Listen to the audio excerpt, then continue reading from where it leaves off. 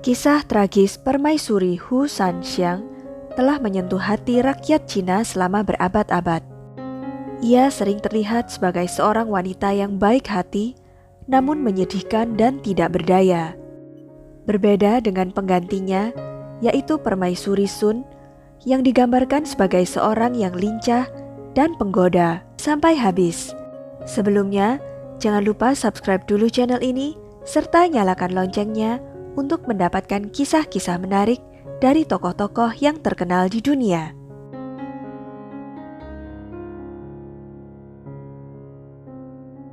Permaisuri Hu Sanxiang lahir pada tahun 1400 di Jining, yang sekarang menjadi provinsi Shandong.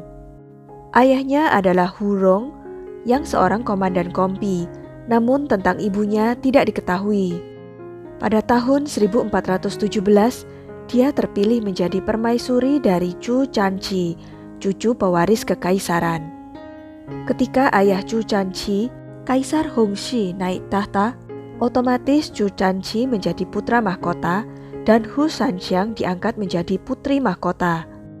Setahun kemudian, karena kematian mendadak dari Kaisar Hongxi, Chu Canqi naik tahta menjadi Kaisar Zhuangde, dan Hu Sanxiang dinobatkan sebagai permaisurinya. Sayangnya, Permaisuri Hu Sanxiang dikenal sebagai wanita yang mandul serta sakit-sakitan. Kaisar Zhuangde sering mengabaikan istrinya dan terus-menerus mengeluhkannya kepada ibunya. Sebaliknya, Kaisar lebih suka ditemani selir favoritnya, yaitu Selir Agung Sun. Selir Agung Sun lahir pada tahun 1399 di Chouping, Provinsi Shandong. Ayahnya adalah Sun Zhong, seorang asisten hakim di distrik Yongcheng. Sun dikenal sebagai bunga desa karena kecantikannya. Ketika putri mahkota Chang, yaitu ibu dari Kaisar Zhuangde, yang juga tumbuh di distrik Yongcheng, mengunjungi kampung halamannya, dia mendengar tentang kecantikan Sun. Penasaran dengan kecantikan gadis muda itu, sang putri mahkota membawanya ke istana. Di sini dia menerima pujian dari para wanita istana. Kaisar Yongli, yakni kakek dari Kaisar Zhuangde, memerintahkan istrinya untuk merawat dan mendidik gadis muda itu. Pada tahun 1417, Sun diangkat menjadi selir Chu Canqi atau calon Kaisar Zhuangde. Pada tahun 1424, selir Sun melahirkan seorang putri, yaitu Putri Changde.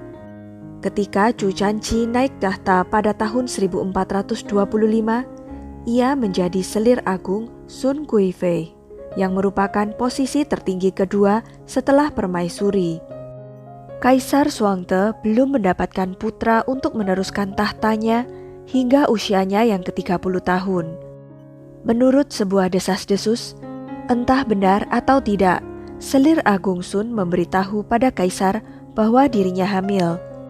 8 bulan kemudian, di tahun 1427, ia menculik seorang bayi laki-laki pelayan istana dan mengakui pada Kaisar bahwa bayi itu adalah hasil hubungan mereka.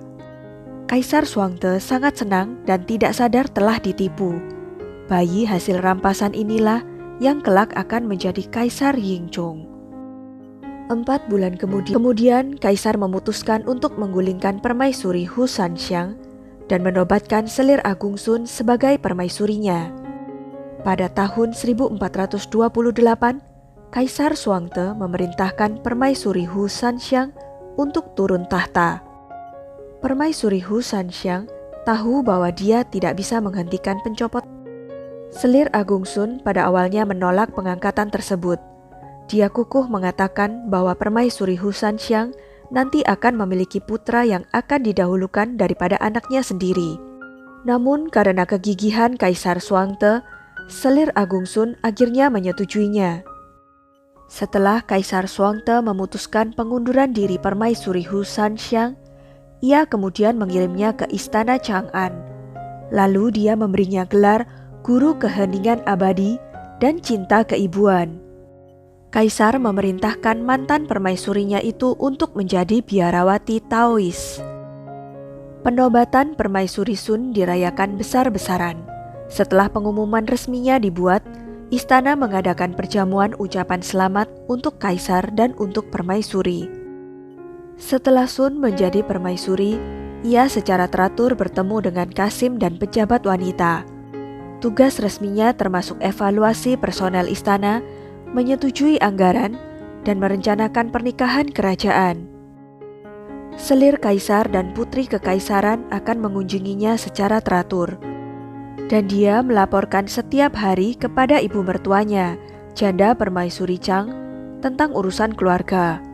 Permaisuri Sun juga melakukan ritual di altar leluhur. Pada acara-acara khusus, ia akan makan malam dengan kaisar di kediamannya. Sebaliknya, penurunan tahta permaisuri Hu Sanxiang disambut dengan simpati di seluruh negeri. Dan salah satu simpatisan mantan permaisuri itu adalah ibu mertuanya, janda permaisuri Chang. Hu Sanxiang sering diundang untuk makan malam di istana janda permaisuri Chang dan duduk di posisi yang lebih tinggi dari permaisuri Sun. Periode Kekaisaran Xuangte dikenal sebagai abad keemasan dinasti Ming karena negara stabil, aman, dan makmur. Meskipun di masa pemerintahan Kaisar Xuangte, yaitu di tahun 1426, sempat terjadi makar oleh pamannya, Zhu Gaosu, anak kesayangan Kaisar Yongli, yaitu kakek Kaisar Xuangte. Setelah upaya makar berhasil dikalahkan, pamannya dikenai tahanan rumah dan pangkatnya diturunkan menjadi rakyat biasa.